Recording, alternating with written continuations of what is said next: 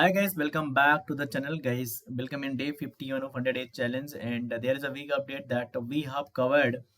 You can say that we have covered the subjects like CN, the toughest subjects, and COA and OS. These subjects we have covered. Now we're going to cover DVMS and 50 question top quality question हो चुके हैं। Day 51 में आपका स्वागत है। DVMS कर रहे हैं तो आप एक बार बैठ के पूरे क्वेश्चन सॉल्व कर सकते हैं। ये क्वेश्चंस बहुत ज़्यादा इंपॉर्टेंट होंगे और रिपीटेड होंगे। देन डे 51 में स्वागत है आपका। क्वेश्चन को सॉल्व करते हैं बिना किसी देरी के। क्वेश्चन मोस्टली प्रीवियस ईयर ही होंगे, ठीक है। सो डे 51 में क्वेश्चन पढ़ते हैं। A database of research article in a journal uses the following schema. तो हमारे पास एक डेटाबेस दिया हुआ है जिसका स्कीमा दिया हुआ है। बेसिकली ये हमारी क्या है, एट्रीब्यूट्स है। द प्राइमरी की is this, okay, and the function following function dependencies exist in the schema like this. These are the dependencies, FDs, you can say that. The database is designed to use the following schemas. So we have divided it into R1 and R2. So what this is our R, okay, which of the weakest normal form the new database satisfies. ऐसा कौन सा normal form है जो नया database दोनों database satisfy कर रहे हैं but the old one does not. तो हमें ऐसा नॉर्मल फॉर्म बताना है जो ये दोनों डेटाबेस R1 R2 सेटिस्फाई कर रहे हैं बट R सेटिस्फाई नहीं कर रहा था, weakest one.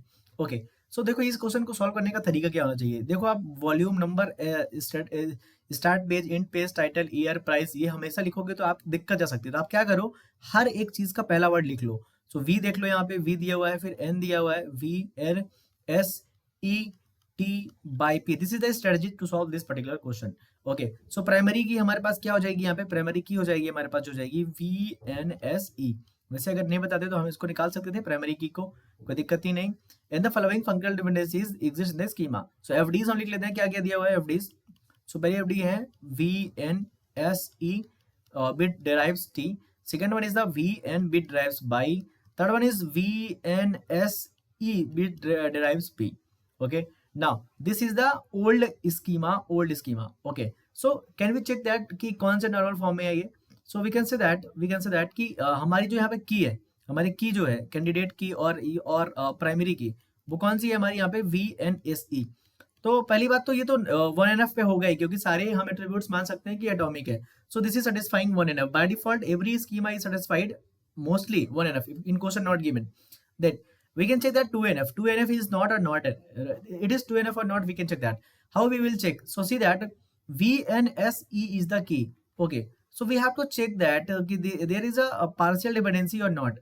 So we can say that partial attributes are there VNSE VN. तो ये हमारे पास जो है पार्शियल डिपेंडेंसी के लिए रीजन बनेंगे। तो यहाँ पे देखो VN यहाँ पे जो हमारा है वो डिराइव कर रहा है वाई को। तो part of the key if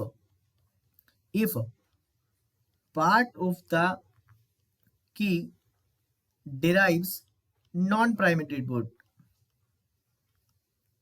then not 2NF। तो देखो यहाँ पे हमारे पास जो ये VNSE में जो हमारा VNSE VN है, ये हमारे सब क्या है, प्राइम एट्रीब्यूट्स हो गए which is the part of the key. अगर वो डिराइव करते हैं किसी एक पर्टिकुलर एट्रीब्यूट को जो कि प्राइम एट्रीब्यूट नहीं है, उसे नॉन प्राइम बोलते हैं, तो वो हमारा स्कीमा हमेशा 2NF में नहीं होगा। So it is in 1NF, this particular R is in 1NF but it is not in the 2NF. So we can say that कि R is in 1NF only, not in 2NF. Okay, कुछ लोगों का doubt होगा sir VNSE derives T, यहाँ भी तो हो सकता है। नहीं, होल की, if whole key derives the T then it is fine, it is allowed in the 2NF. But if the part of the key derives the non-prime attribute, this is not allowed in the schema. Okay, so this is not in 2NF. Now the good thing is that they have again derived, they have again divided or redesigned in R1 and R2. So we can write R1 and R2 both we can write. So R1 we can write like this VNSETP, okay, in R2 they have designed like VNY. Okay, now so which FDs it will have, now which FDs we have to keep. So VNSE TP से हम कौन कौन सी FDs यहाँ रख सकते हैं। देखो यहाँ पे बाई वाली एट्रीब्यूट तो कोई, वाई वाली एफडी तो नहीं आएगी, तो बाई कहाँ थी, यहाँ थी, वाली तो एफडी नहीं आएगी। बाकी VNSEP यहाँ पे है तो हम लिख सकते हैं VNSE derives P, यहाँ आ सकता है VNSE derives T, यहाँ पे आ सकता है। ठीक है, आ गया। ओके, अब दो ही एट्रीब्यूट एफडी आएगी या तो नहीं आएगी। यहाँ पे VNY है तो VN derives यहाँ पे बाई हम लिख सकते हैं। जब हम डिराइव कर रहे थे दो R1 R2 हमने बनाया, तो हमें ये ध्यान देना है कि कौन कौन सी एफडीज हमें रखनी है दोनों में। यहाँ पे VNY तो आएगी नहीं क्योंकि यहाँ पे VNY बाई एट्रीब्यूट तो है ही नहीं इसमें। ठीक है, I hope you got it. Now we have to check what is the R1 and R2, what R1 and R2 is saying that R1 R2. So again we have to find the key. So candidate key is here, what ck is, what candidate key is there, ck is what you can say that ki vnse is the ck candidate key, or it is derived by p and t, so no problem. One nf is, it is in one nf, it is in one it is in two nf. Now you can check also, is it in 3 nf also, yes, is it in 3 nf, yes, 3 nf also, it is in 4 nf also, BCNF also, BCNF। तो हमारे पास condition जो होती है, मैं last में देख लेता हूँ कि क्यों कैसे मैंने लिख दिया, ठीक है। Is it in 1 NF, yes 1 NF में है। 2 NF, यस 2 NF भी है, क्योंकि हमारे पास यहाँ पे VN क्या था, की था, okay. It is in 3 NF also, it is in the BCNF also, okay. Then what is the question they are asking that which is the weakest normal form that the new database satisfies but the old one does not. The old one satisfies 1 NF but it doesn't satisfy 2 NF, so weakest is 2 NF and 2 NF both are satisfied, so answer is 2 NF. So answer for that particular question is 2 NF is the answer. Answer is 2 NF, okay. So how we can see that, see if we have to check 1 NF, then by default it is there. 2 NF के लिए अगर x drives by है, it should not be, अगर ये हमारा prime attribute है, मतलब part of key है prime attribute, it should not be there. यहाँ पे non prime attribute, it should be not non prime attribute, should not there, okay. How will check that 3 NF, 3 NF if x drives by is there, x should be की और by should be prime attribute, दो में से कुछ भी हो, x अगर की है और by अगर प्राइम एट्रीब्यूट है, दो में से कोई भी एक हो तो हमारा हो जाएगा।